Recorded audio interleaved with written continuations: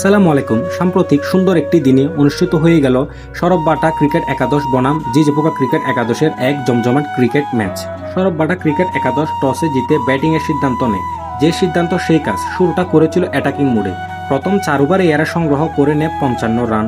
পরে জিজেপোকা ক্রিকেট একাদশের বোলিংয়ের চাপে পড়ে 10 ওভারে সর্বমোট সংগ্রহ করে 101 রান। 102 রানের টার্গেটে ব্যাটিং করতে নামে জিজেপোকা ক্রিকেট একাদশ।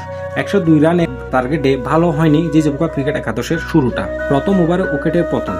রানের খাতা খোলার আগেই সরববাটা বোলিংয়ের চাপে পড়ে জিজেপোকা ক্রিকেট একাদশের ব্যাটসম্যানরা। কিন্তু সুন্দর একটা পার্টনারশিপ গড়ে তোলে শাহাব মিয়া ও নাসের। তারা শর্ট রান 4 ছক্কায় মুখরিত করে রাখে পুরা মাঠ। সরববাটা ক্রিকেট একাদশের বোলাররা পরে বিপাকে। শেষমেশ আউট হয় শাহাব মিয়া।